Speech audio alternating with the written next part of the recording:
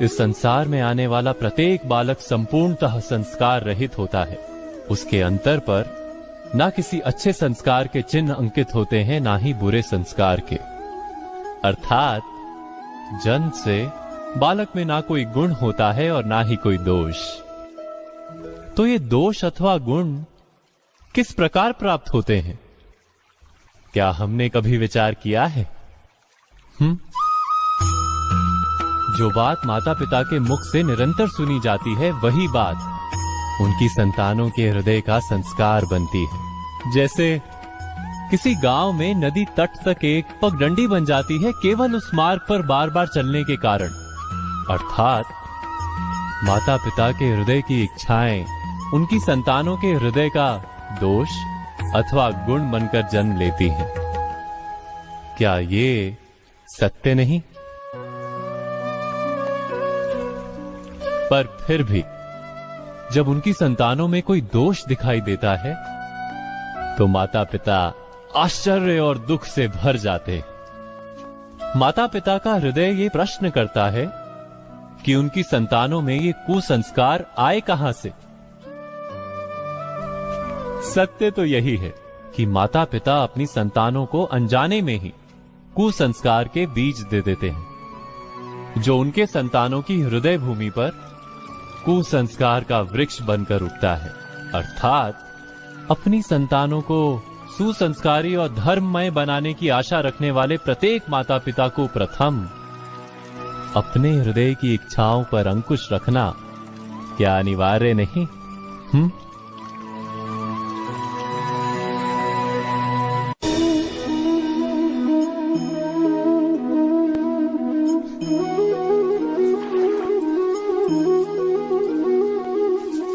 पिता सदा ही अपने संतान के सुख की कामना करते, उनके भविष्य की चिंता करते रहते। इसी कारणवश सदा ही अपने संतानों के भविष्य का मार्ग स्वयं निश्चित करने का प्रयत्न करते रहते। जिस मार्ग पर पिता स्वयं चला है, जिस मार्ग के कंकर पत्थर को स्वयं देखा है, मार्ग की छाया, मार्ग की धूप को स्वयं जाना है, उसी मार्ग पर उसका पुत्र भी चले, यही इच्छा रहती है हर पिता की। निस्संदेह उत्तम भावना है ये, किंतु 3 प्रश्नों के ऊपर विचार करना हम भूल ही जाते। कौन से प्रश्न? प्रथम प्रश्न, क्या समय के साथ प्रत्येक मार्ग बदल नहीं जाते? क्या समय सदा ही नई चुनौतियों को लेकर नहीं आता? तो फिर बीते हुए समय के अनुभव नई पीढ़ी को किस प्रकार लाभ दे सकते हैं? दूसरा प्रश्न, क्या प्रत्येक संतान अपने माता पिता की छवि होता है? हाँ, संतानों को संस्कार तो अवश्य माता पिता देते हैं, किंतु भीतर की क्षमता तो ईश्वर देते हैं। तो जिस मार्ग पर पिता को सफलता मिली है, विश्वास है कि उसी मार्ग पर उसकी संतानों को भी सफलता और सुख प्राप्त होगा।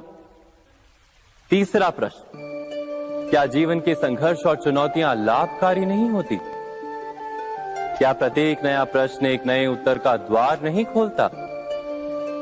तो फिर संतानों को नए नए प्रश्नों, संघर्षों और चुनौतियों से दूर रखना, ये उनके लिए लाभ करना कहलाएगा या हानि पहुंचाना? अर्थात जिस प्रकार संतान के भविष्य का निर्माण करने के बदले उसके चरित्र का निर्माण करना श्रेष्ठ है, वैसे ही संतानों के जीवन का मार्ग निश्चित करने के बदले उन्हें नए संघर्षों के साथ जूझने के लिए मनोबल व ज्ञान देना अधिक लाभदायक नहीं होगा? स्वयं विचार कीजिए।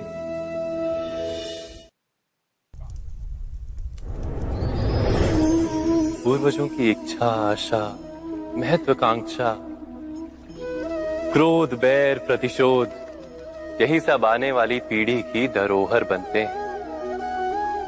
माता पिता अपनी संतानों को देना तो चाहते हैं समस्त विश्व का सुख, पर देते हैं अपनी पीड़ाओं की संपत्ति। देना चाहते हैं अमृत, पर साथ ही साथ विष का घड़ा भी भर देते हैं। आप विचार कीजिए, आपने अपनी संतानों को क्या दिया आज तक? अवश्य प्रेम, ज्ञान, संपत्ति आदि दिए, पर क्या साथ ही साथ उनके मन को मैल से भर देने वाले पूर्व ग्रह नहीं दिए? अच्छे बुरे की पूर्व निर्धारित व्याख्याएं नहीं दी? व्यक्ति का व्यक्ति के साथ, समाजों का समाजों के साथ, राष्ट्र का राष्ट्र के साथ संघर्ष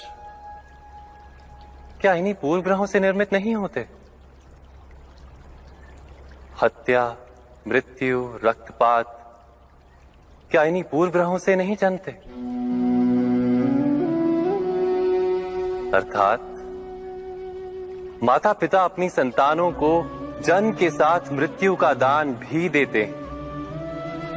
प्रेम के प्रकाश के साथ साथ घृणा का अंधकार भी देते हैं, और अंधकार मन का, हृदय का हो या वास्तविक हो, उससे केवल भय प्राप्त होता है, केवल भय।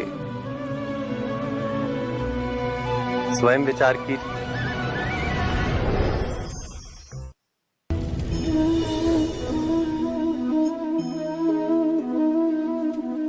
मनुष्य का स्वभाव है कि वो स्वयं को, अपने परिवार को, अपनी संतानों को अधिकतम सुख प्राप्त हो ऐसी इच्छा रखता है। इसी कारण से हम सदा श्रम और कष्ट से अंतर रखते हैं, विश्राम और सुविधाओं को बढ़ाने का प्रयास करते हैं।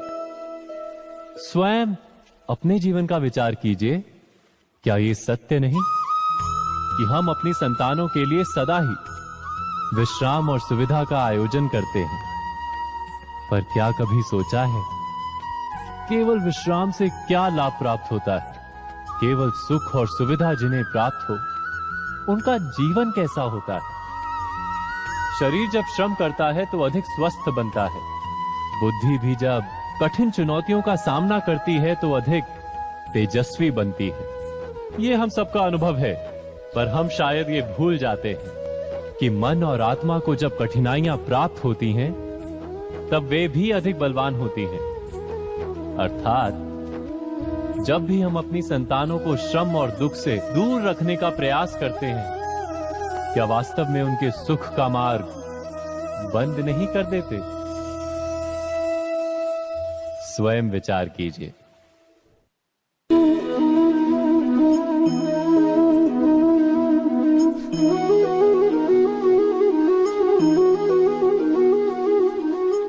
संतानों के भविष्य को सुख से भरने का प्रयत्न करना, यही हर माता पिता का प्रथम कर्तव्य होता है, जिन्हें आप इस संसार में लाए और जिनके कर्मों से ये जगत आपका भी परिचय पाएगा भविष्य में।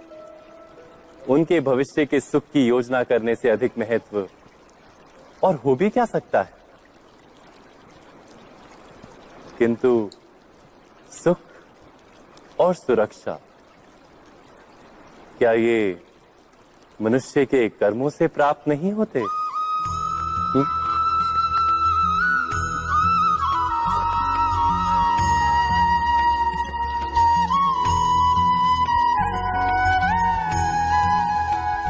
माता पिता के दिए हुए अच्छे या बुरे संस्कार, उनकी दी हुई योग्य अथवा अयोग्य शिक्षा, क्या आज के सारे कर्मों का मूल नहीं?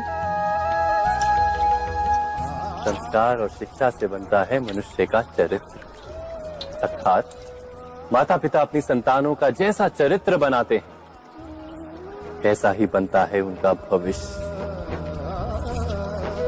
किंतु फिर भी अधिकतर माता पिता अपनी संतानों का भविष्य सुरक्षित करने की चिंता में उनका चरित्र निर्माण का कार्य भूल ही जाते हैं। वस्तुतः जो माता पिता अपनी संतानों के भविष्य की चिंता करते हैं, उनकी संतानों को कोई लाभ नहीं होता। किंतु जो माता पिता अपने संतानों के भविष्य की नहीं, उनके चरित्र का निर्माण करते हैं, उन संतानों की प्रशस्ति समस्त संसार करता है। स्वयं विचार कीजिए।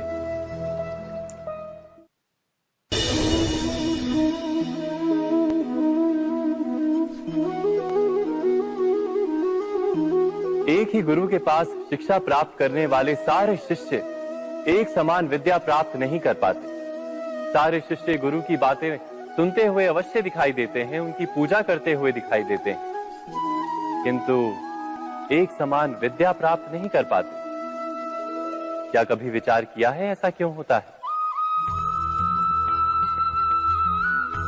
सत्य तो यह है कि विद्या प्राप्त ना कर पाने वाले शिष्य समर्पण का दिखावा तो करते हैं, किंतु समर्पण का वास्तविक अर्थ नहीं समझ पाते। गुरु के चरणों में फूल चढ़ाने से अथवा गुरु का आदेश मानने मात्र से क्या समर्पण सिद्ध होता है? नहीं। समर्पण का वास्तविक अर्थ है जब गुरु के प्रति मन में कोई संदेह ना रहे, गुरु के मुख से आदेश निकले उससे पूर्व शिष्य उस कार्य को पूरा कर दे। गुरु के विचारों के साथ शिष्य के विचार एक हो जाए। शिष्य जब तक अपने गुरु में ब्रह्मा विष्णु महेश इनके रूप ना देख ले, तब तक उसका समर्पण सत्य नहीं। वास्तव में समर्पण किसी कार्य का नाम नहीं, समर्पण तो हृदय की भावना और मन की स्थिति का नाम है। अर्थात हमारे अज्ञान में क्या दोष केवल हमारे मन का नहीं? स्वयं विचार कीजिए।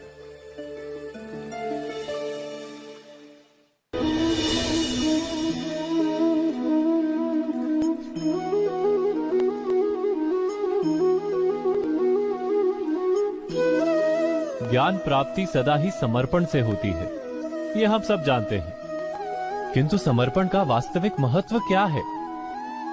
क्या हमने कभी विचार किया? मनुष्य का मन सदा ही ज्ञान प्राप्ति में विभिन्न बाधाओं को उत्पन्न करता है। कभी किसी अन्य विद्यार्थी से ईर्ष्या हो जाती है, कभी पढ़ाए हुए पाठों पर संदेह जन्मता है और कभी गुरु द्वारा दिया गया दंड मन को अहंकार से भर देता है। नहीं, क्या ऐसा नहीं होता? न जाने कैसे कैसे विचार मन को भटकाते हैं और मन की इसी अयोग्य स्थिति के कारण हम ज्ञान प्राप्त नहीं कर पाते। मन की योग्य स्थिति केवल समर्पण से निर्मित होती है। समर्पण मनुष्य के अहंकार का नाश करता है, ईर्ष्या, महत्वाकांक्षा आदि भावनाओं को दूर कर हृदय को शांत करता है और मन को एकाग्र करता है। वास्तव में ईश्वर की सृष्टि में ना ज्ञान की मर्यादा है ना ज्ञानियों की। गुरु दत्तात्रेय ने तो गाय और श्वान से भी ज्ञान प्राप्त कर लिया था। अर्थात विषय ब्रह्म ज्ञान का हो या जीवन के ज्ञान का या गुरुकुल में प्राप्त होने वाले ज्ञान का, उसकी प्राप्ति के लिए गुरु से अधिक महत्व है उस गुरु के प्रति हमारा समर्पण। क्या ये सत्य नहीं? स्वयं विचार कीजिए।